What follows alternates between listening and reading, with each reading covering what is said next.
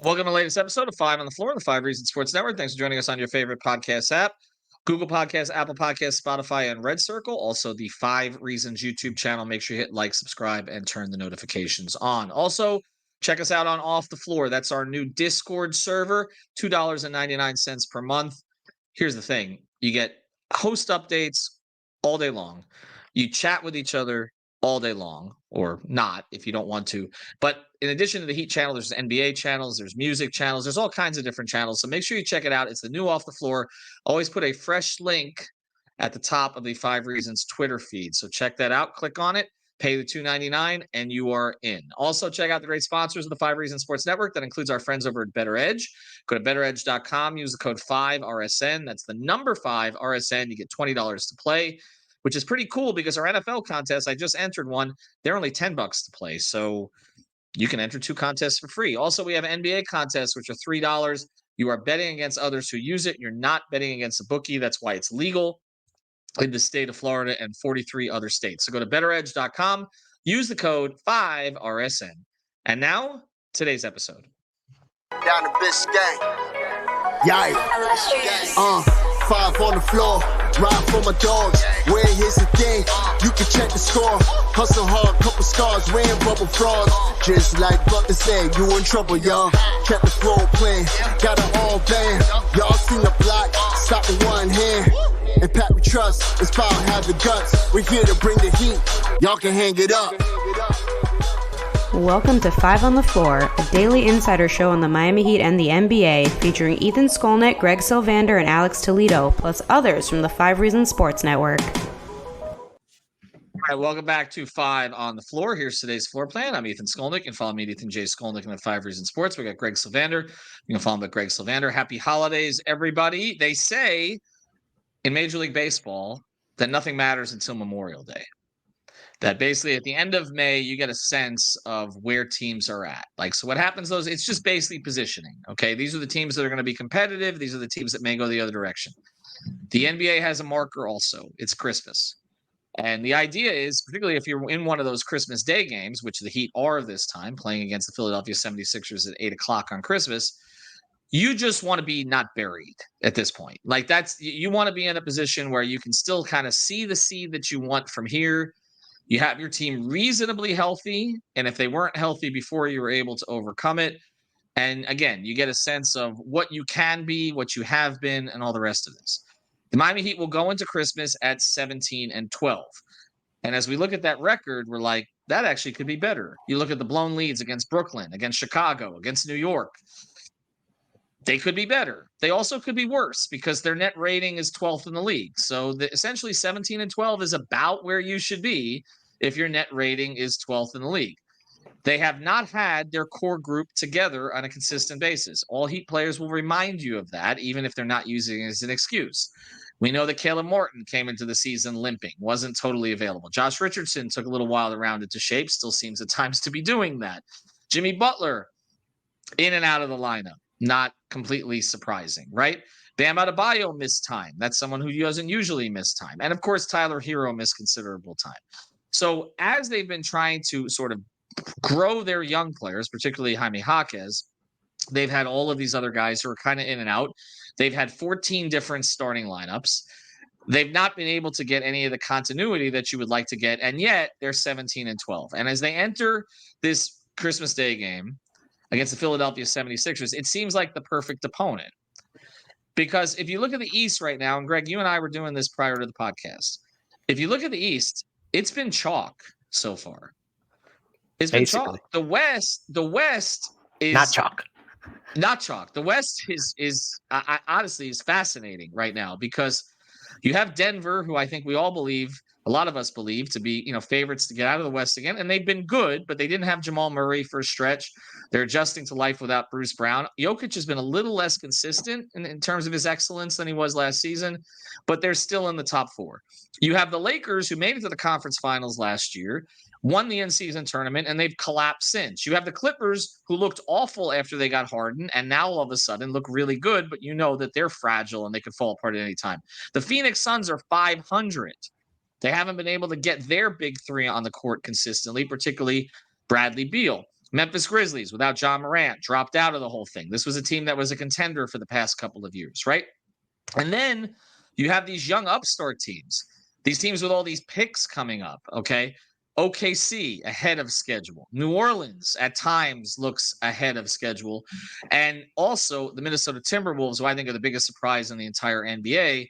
They have Anthony Edwards, but we didn't think that the group would look as good as they've looked. And we saw that up close in Miami. But the East, it's Boston, it's Milwaukee, it's an improved Philadelphia, and right there are the Miami Heat. Now, they've been grouped with the next tier over the course of this season because of their record, whether it was Cleveland or New York or Brooklyn or Indiana, which was an upstart team, during stretches of this season, and Orlando, which is the true upstart of the East. But we just saw Miami beat Orlando on the road without Jimmy Butler. We all believe they're better than the Knicks. They can't seem to beat Brooklyn. We believe they're better than Brooklyn. And Indiana, I don't take seriously when it comes to playoff time because they don't defend. So Miami is kind of in this bracket between the brackets. Yep. They're between Boston, Milwaukee, Philadelphia, and then the next bracket, which is, again, New York, Cleveland, Orlando, Indiana, Brooklyn. I like where they are, Greg. And let's just start there before we get into how they compare with the three teams above them. I think they're about as well positioned as you could hope for, considering the adversity they've dealt with to begin the season. You took the words out of my mouth. That's where I was going, is that if you told me that they were going to start the season with like basically no Highsmith, no Richardson, no Martin, and then they end this lead up to Christmas Day with no Tyler, no Bam for an extended stretch. Now Jimmy is out. All things considered, I think despite the fact that they're not a ton of games above 500, they're positioned kind of where we expected them to be, wins, losses aside. They're basically in that, are they good enough to be in the top of the East? I think they are, but I think that the rest of the league is probably looking at it and thinking that there is a disparity between those top three teams. This is where I come down, I guess, when we're looking at it heading into the Philadelphia matchup. It's that they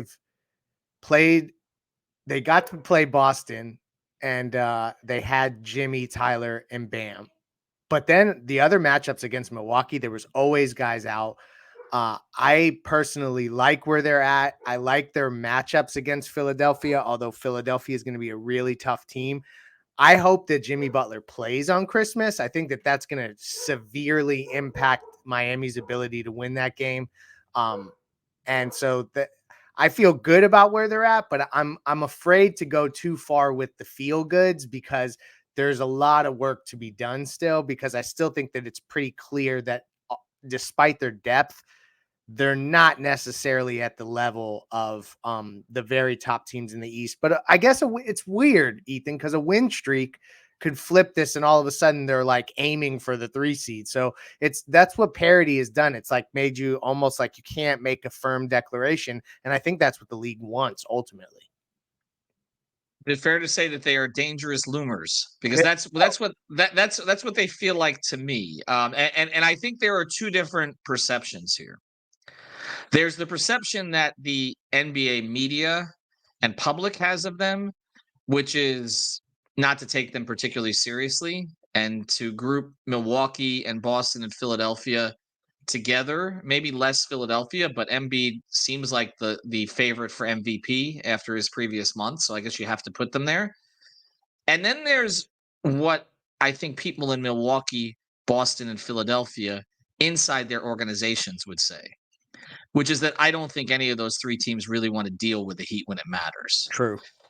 And that's two different perceptions. Like if you were to ask the Bucks, to be honest, and I did ask Giannis to be honest, and he gave a terrific answer, and I'll try to put that back up on all our feeds here over the next couple of days, but about the Heat. And people took it as him diminishing them by saying they may not have the most talent, but what he was basically saying was, they make us work all the time.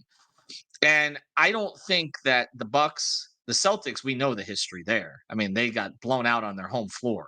Okay, they've been denied going to the finals twice in recent years by the Miami Heat. They don't want to deal with the Heat. Like they don't want to deal with the Heat when it matters. Like if you were to ask them, you can deal with the Knicks, you can deal with the Cavs, you can deal with yeah. Brooklyn, you can deal with Orlando, or you can deal with the Heat in the second round series. Which is the one that Bill Simmons is not going to want to see?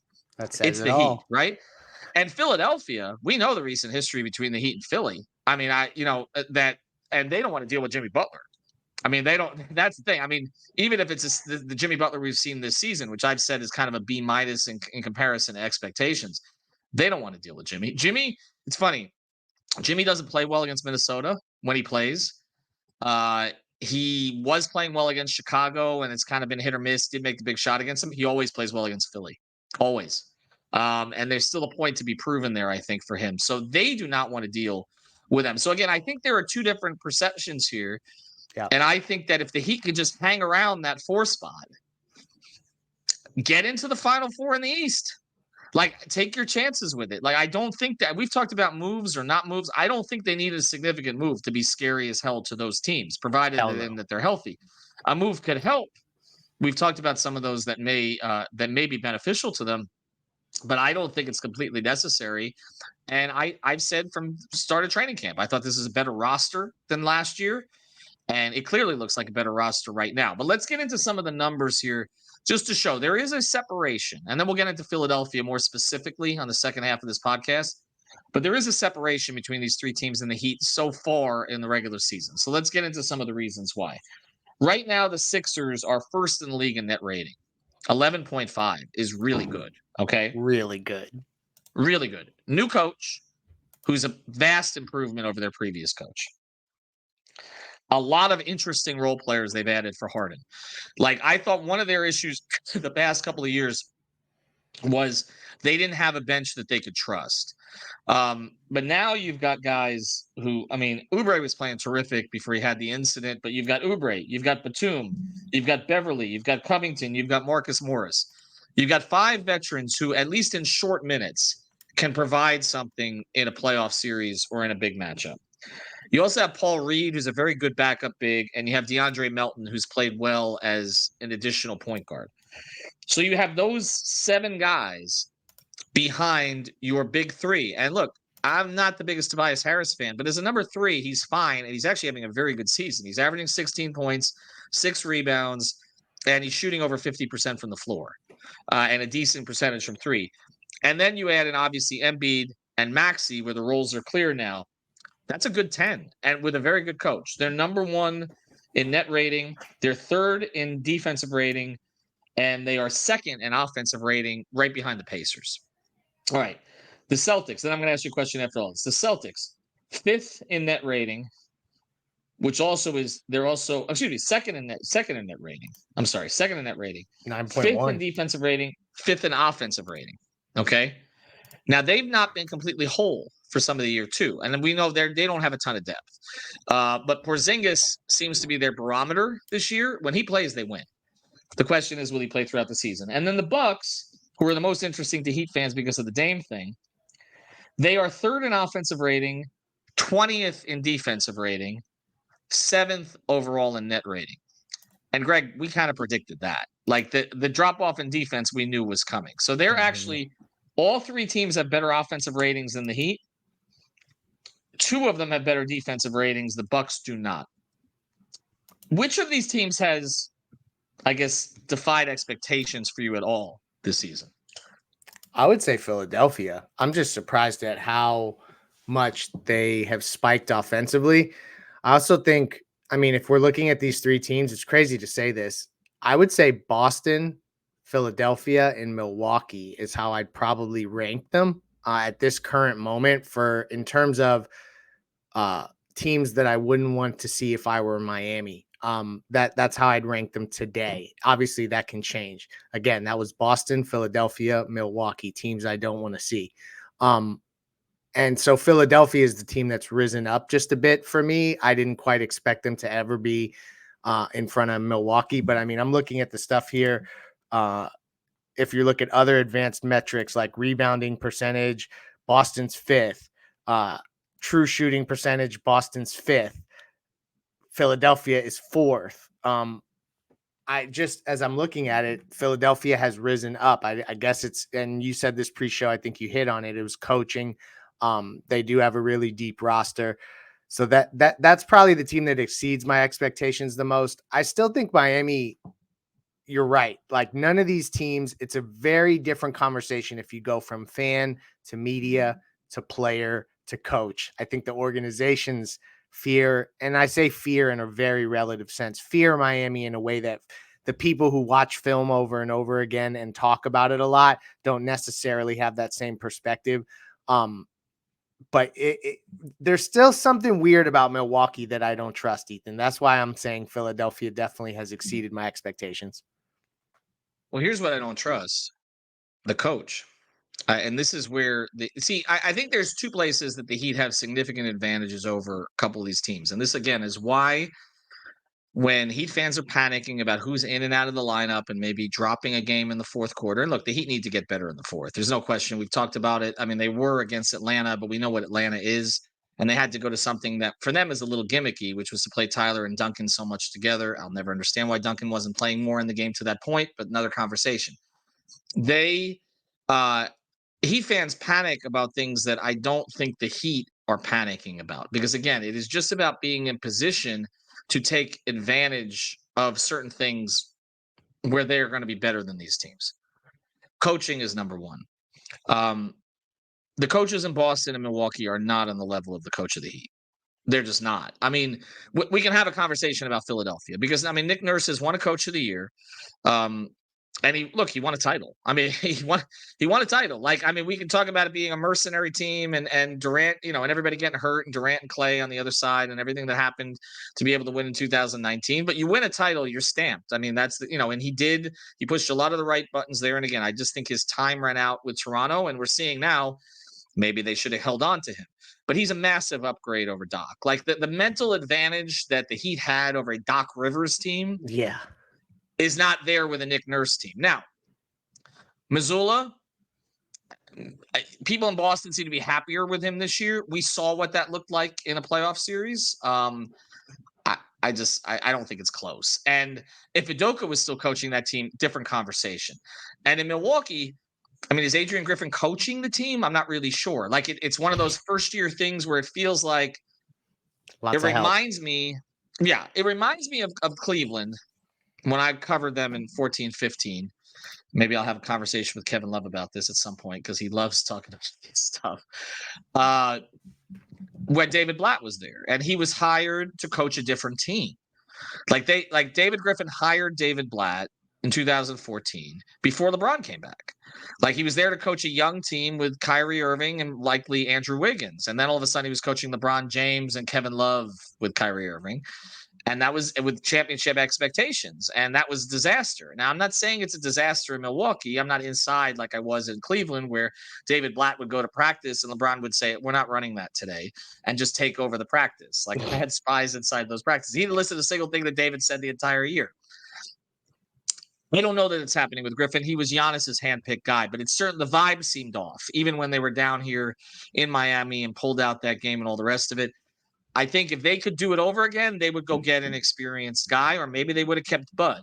Okay. So I just look at it. I'm like, you get a playoff series, give Spo 3-4 days to figure out how to handle Giannis and Dame. Okay. Give Spo more time to figure out the Porzingis thing with this group when they don't have Marcus Smart's toughness in those series. And the other thing I want to get into, and then we'll deep dive more on Philadelphia on the side, Greg, is this. These teams all sort of have a mental issue in big games, right? Philly, is Embiid going to be healthy? I mean, they don't have Harden to bring them down anymore, but is Embiid going to be healthy? Like, is he? I mean, he doesn't get out of the second round, right? Milwaukee, they have an issue with Miami. Like we've seen it. Like Miami has figured out ways to get into their head. I mean, Dame, putting a lot of pressure on him in that situation. I mentioned the coach. And Boston, I mean, you lose by 30-something on your home floor in a game 7. Sheesh. Right. And I mean, Tatum and Brown, Brown bleeped the bed in a game 7, right? And again, Marcus Smart was their kind of, emotional compass in a lot of ways. And Porzingis has never been in these situations. Like He's massively talented. He's a unicorn, but we don't know. So I just think you get a healthy Heat team, and this is not sunshine pumping, but if you get a reasonably healthy Heat team with Spo coaching them, there is a chink in all these teams may be more talented than Miami at the top end, right? But I think that Miami has some advantages in a playoff series. Yeah, no, and there's another part of this too, is that when the rotations shrink and when it's Jimmy and Bam having to basically shoulder a ton of the load defensively and offensively, I think that also shrinks the margin here. It's not that those teams are deeper than Miami. I just think that when you get Miami getting the opportunity to hone in on an opponent with those masterminds defensively, it's going to grind series to a halt. So I'm at a position where none of those teams are ones I would be avoiding if I were Miami. Like, I don't think Miami's going to play brackets. I don't think that they're going to worry about it so much this go round. It's going to be basically let it fall where we may. We do want to get home court, but I don't think that they're going to be mismatch hunting from a team perspective, because they can do that when Jimmy gets whatever matchup he sees that comes in the first round or the second round, etc. The only counter that people would have to this, and then after the break, we'll just touch on the Philadelphia matchup, is that Miami's strength, it appears this year in their roster, is their overall depth. And depth matters over the course of a long postseason because you get injuries. We saw it last year with Tyler, right? Like you needed other guys to step up, and eventually you run out of bodies. And Miami has had that situation in the past, where even you look at like the 2014 finals, where Rashard Lewis past his prime was starting and Michael Beasley was getting serious minutes, or even 2011 where he had to play Eddie House. There have been times where Miami could have used another playable player. They're not going to have that problem this time, even if the roster stays as it is. But one of the advantages they do have over the course of a long postseason or a long regular season is they have 11 or 12 guys. And so one guy goes out and they can plug someone in. But when the rotations shrink to 8, there are going to be good players for Miami who are not playing. And then it does give an advantage to the team that may have the best player or the two best players. And then it does become important, just like you say, Jimmy and Bam honing on an opponent, but it becomes important that Jimmy is playing at the level that Embiid is playing, or Tatum is playing, or Giannis is playing to match. And it matters that Bam is playing. And again, I'm going positionless here, but Bam is playing at the level that Maxey is playing. Maybe Tyler's playing at the level that Maxey's playing.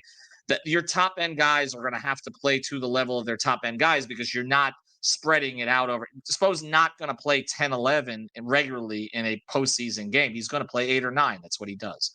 So that's one of the things. Over the course of a long postseason, yes, it will help. But over the course of one series, if Embiid is just better than everybody else and he's healthy and all the rest of that, it may be too much. Kind of like Jokic. I mean, look, they were only playing 8 in the finals, okay? And really they were playing like 6.5. Denver, I'm talking about. They're just really good.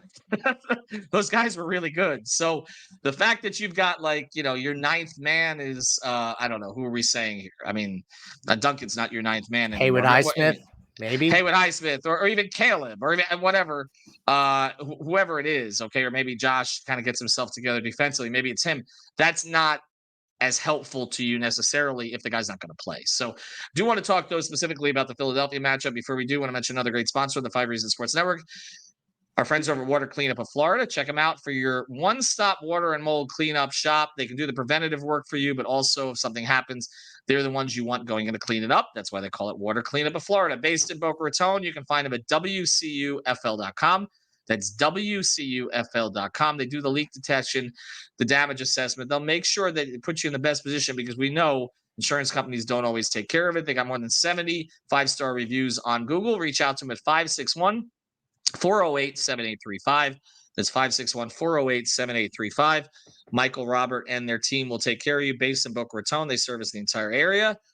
If you've got the schmutz, they got the guts. All right, so let's hone in on Philadelphia specifically here, just for day. And look, here's the first thing: Eric Spoelstra doesn't lose on Christmas. He's undefeated on Christmas. I think it's 9-0 at this stage. maybe it's 10-0. It's 9-0, 10-0. Last one was the Pelicans game, was weird. It's coming out of COVID, all that. But he won a lot of those spotlight games with the Lakers when he had the big three teams. The Heat don't lose very much on Christmas. Like, just typically, Pat didn't lose very much on Christmas either. Like, they do take this seriously. They get it together. And we a lot of the country's not going to be watching because it's up against the 49ers Ravens game, which they'll catch the first quarter. Right. The NBA Spotlight Day, the NFL is going to take that over too, but whatever. Looking at this matchup, you don't have Harden now. Typically Spoelstra, when he can hone in on one or two guys, he'll do the job on them. Embiid is not the one that worries me in this matchup as much. I know he's going to get his numbers and everybody's going to do the comparison with Bam and all this. It's Maxey. Right. It's the point of attack stuff. So how do they guard him? Let's say that Jimmy is healthy. Okay. By the time you listen to this podcast, we may already know the answer to that. But as we're recording this, we don't. Let's say that Jimmy is healthy.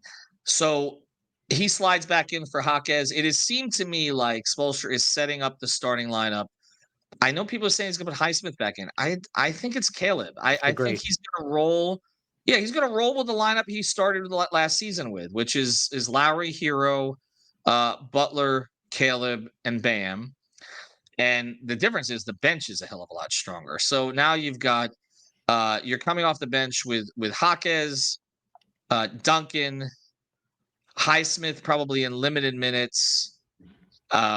Josh, which is a conversation we need to have because the point of attack defense has not been good, and that's really what he's here for. And then your backup five, which is Kevin, right? So those are the 10 you're likely rolling. I would assume he would play close to 10 because I think Philly will. Agree. So I think it gives him the opportunity. So let's say you're just lining this thing up. Who guards Maxey?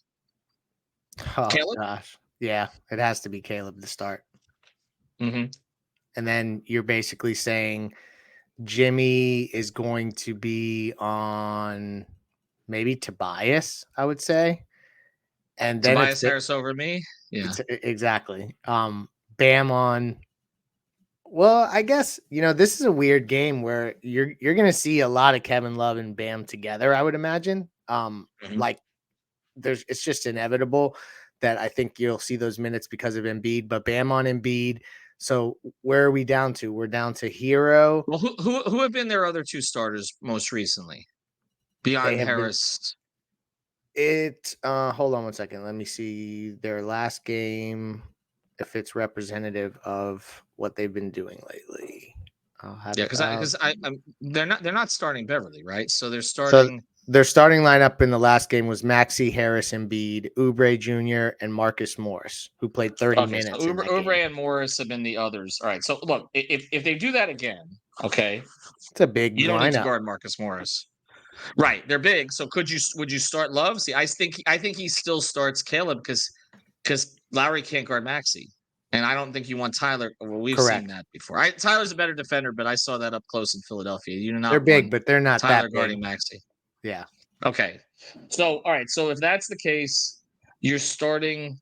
See, then to me, Jimmy's playing guarding Harris. Okay. Yep. So you put Lowry on Marcus Morris. Pretty much, right? With the switching. Yeah, that is what you do. And Tyler's on Oubre Jr. Right. Does any of that? I mean, do the other matchups? I mean, obviously, look, Bam's got to do what he's got to do against Embiid and just do his best, right? I mean, that's they'll double at times, which they don't do a ton when he's guarding somebody. But in this and Jokic are the two matchups that some of that needs to be done. I'm excited. I'm not concerned about Tyler on Oubre necessarily, right?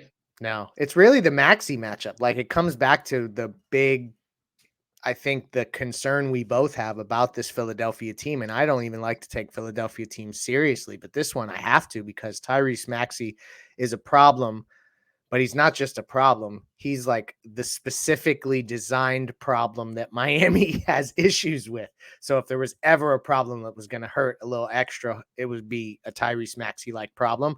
So I think that Caleb matchup is just huge to watch. And then also, obviously, Haywood Highsmith will get his reps on him. But, thinking about how you do that for 7 games is different than just getting through Christmas Day also. But I do think that it begs the question of Haywood Highsmith is going to get a big role in a Philadelphia matchup because of all the bigs that we just mentioned play alongside their big 3, but also the fact that you need point of attack defense, and that's something that he provides. So regardless of who they start, I think Highsmith is going to get good minutes on Christmas. And then I think you'll see Jaquez guard Tobias quite a bit. Yep. Probably when he comes off the bench. And look, Josh will probably get some turns on Maxey too, because regardless of what I've said, Spoelstra still trusts him in those situations. So you'll see 3 or 4 guys guard him. Obviously, look, the love on Embiid minutes are not going to be. Is this a matchup that we're going to see some of Thomas Bryant, even though we know he can be in the wrong place defensively? At least he's a big body on Embiid. It depends on if everyone's back. If they have Melton, Bamba, Batum all available, Pat Bev available, all these guys have been in and out of the lineup. For instance, in their last game against Toronto, the 3 guys that played off the bench were Covington, Daniel House, and Paul Reed. Like, if that's as shallow as it's going to be for Philadelphia, then I don't think Thomas Bryant may be necessary unless there's foul trouble to account for. I think Paul Reed has given Miami problems too, though. He has. You're right. So I just think, and the other thing on the other side of this is Pat Bev is going to guard Tyler a lot. So I think that's another interesting matchup to watch, because I think they'll try to use Pat to get in Tyler's head a little bit. We know that that's something that Beverly does. Look, they have a lot of options. They have some guys that they sort of have to nurse. You're right. No pun intended, with their head coach till the postseason, because I don't know that you can get big minutes these days out of Beverly, Covington, Marcus Morris, and Batum in particular. Oubre is a little younger, but those 4 guys, they're the type of vets that the Heat add. Like they are. In a lot of ways, they are structured more like the Heat, and I think they're better than the Harden teams. I know that you like to be a little more variable in terms of your scorers, but they're scoring fine without him, and they're scoring more efficiently. Their overall numbers, actually, their splits are 49, 38, 86. It's really good. It's really good. So it's an interesting matchup. I think we're looking forward to it because, as I say, the season starts on Christmas. You just want to be in position. The Heat are in position. So make sure you check out Off the Floor. We are going to be running a flash sale. I should have mentioned this at the beginning for Off the Floor. We haven't checked out all the specifics yet, but we haven't figured out all the specifics. Check out our Twitter handle. We're going to give everybody a small window to try it before we bill you. And we'll see if you like it and you stay. We think that you will. All right. For Greg, for our sponsors, Water Cleanup of Florida, Better Edge, use code 5RSN. Happy holidays, everybody. Thank you for listening to the 5 on the Floor on the 5 Reasons Sports Network. After all, someone needs to listen to my dad.